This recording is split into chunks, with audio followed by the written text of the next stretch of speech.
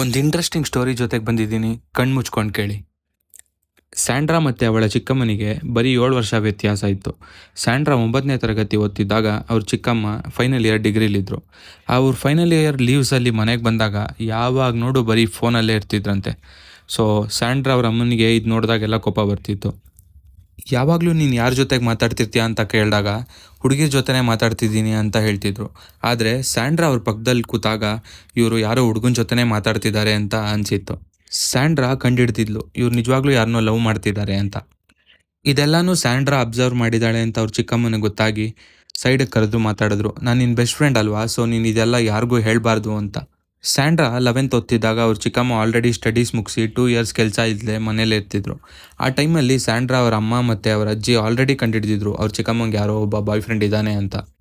ಇದನ್ನ ಅವರು ಸ್ಯಾಂಡ್ರಾ ಹತ್ರ ಪ್ರಶ್ನೆ ಮಾಡಿದಾಗ ಸ್ಯಾಂಡ್ರಾನು ಒಪ್ಕೋತಾಳೆ, ಹೌದು ನನಗೆ ಬಾಯ್ ಫ್ರೆಂಡ್ ಇದ್ದಾನೆ, ಅವನ ಹೆಸರು ರಂಜಿತ್, ಅವನಿನ್ನೂ ಕೆಲಸ ಹುಡುಕ್ತಾ ಇದ್ದಾನೆ, ಅವನಿಗೊಂದು ಕೆಲಸ ಸಿಗ್ದಂಗೆ ಅವನೇ ಬಂದು ನಿಮ್ಮನ್ನ ಮೀಟ್ ಮಾಡ್ತಾನೆ ಅಂತ. ಸೊ ಅಲ್ಲಿವರೆಗೂ ನೀವು ನನ್ನ ಏನು ಪ್ರಶ್ನೆ ಮಾಡಬೇಡಿ ಅಂತ ಹೇಳಿರ್ತಾರೆ. ಒಂದಿನ ಸ್ಯಾಂಡ್ರಾ ಅವ್ರ ಅಮ್ಮ ಸ್ಯಾಂಡ್ರಾ ಅವರ ಚಿಕ್ಕಮ್ಮನ ಫೋನ್ ತೊಗೊಂಬಂದು ಕೊಟ್ಟು ಇದರಲ್ಲಿ ಆ ಹುಡುಗನ ನಂಬರ್ ತಕ್ಕೊಡು ಅಂತ ಕೇಳ್ತಾರೆ. ಬಟ್ ಸ್ಯಾಂಡ್ರಾ ಹುಡುಕ್ತಾಳೆ, ಆದರೆ ಆ ನಂಬರ್ ಸಿಗೋದೇ ಇಲ್ಲ. ಯಾಕಂದರೆ ಅವ್ರ ಚಿಕ್ಕಮ್ಮ ಆ ನಂಬರ್ನ ಬೇರೆ ಹೆಸರಲ್ಲೇ ಸೇವ್ ಮಾಡಿರ್ತಾರೆ. ಇದೆಲ್ಲ ಆಗಿ ಸ್ವಲ್ಪ ವರ್ಷ ಸ್ಯಾಂಡ್ರಾನು ಅವಳ ಎಜುಕೇಷನ್ ಎಲ್ಲ ಮುಗಿಸಿದ್ಲು. ಸ್ವಲ್ಪ ವರ್ಷಗಳೇ ಕಳೀತು. ಆವಾಗ ಸ್ಯಾಂಡ್ರಾ ಮನೆಯಲ್ಲಿ ಅವ್ರ ಚಿಕ್ಕಮ್ಮಂಗೆ ತುಂಬ ಪ್ರೆಷರ್ ಇತ್ತು, ಬೇಗ ಮದುವೆ ಮಾಡ್ಕೋ ಅಂತ. ಬಟ್ ಅವ್ರ ಚಿಕ್ಕಮ್ಮ ಅವ್ನ ನಂಬರ್ ಕೊಡೋಕ್ಕೂ ರೆಡಿ ಇರಲಿಲ್ಲ, ಅವನ ಬಗ್ಗೆ ಮಾತಾಡೋಕ್ಕೂ ರೆಡಿ ಇರಲಿಲ್ಲ. ಇವ್ರು ತುಂಬ ಪ್ರೆಷರ್ ಮಾಡ್ತಾನೆ ಇದ್ದಾಗ ಆಲ್ ಆಫ್ ಅ ಸಡನ್ ತುಂಬ ಕಿರ್ಚಾಡಿ ಹೋಗಿ ಅವರು ರೂಮ್ ಒಳಗಡೆ ಬಾಗ್ಲು ಹಾಕೋತಾರೆ. ಒಂದು 10 ನಿಮಿಷ ಇವ್ರ ಮನೆಯಲ್ಲಿದ್ದವರೆಲ್ಲ ಸೇರ್ಕೊಂಡು ಬಾಗ್ಲು ಬಡಿತಾರೆ, ಡೋರ್ ಓಪನ್ ಮಾಡು ಅಂತ. ಬಟ್ ಸ್ಯಾಂಡ್ರಾ ಅವ್ರ ಚಿಕ್ಕಮ್ಮ ಡೋರ್ ಓಪನ್ ಮಾಡೋದೇ ಇಲ್ಲ. ಸ್ವಲ್ಪ ಹೊತ್ತಾದ್ಮೇಲೆ ಹೇಳ್ತಾರೆ, ನೀವು ಇದೇ ಥರ ನನ್ನ ಟಾರ್ಚರ್ ಮಾಡ್ತಾನೆ ಇದ್ದರೆ ನಾನು ಇಲ್ಲೇ ಸೂಸೈಡ್ ಮಾಡ್ಕೊಂಡು ಸತ್ತೋಗ್ತೀನಿ ಅಂತ.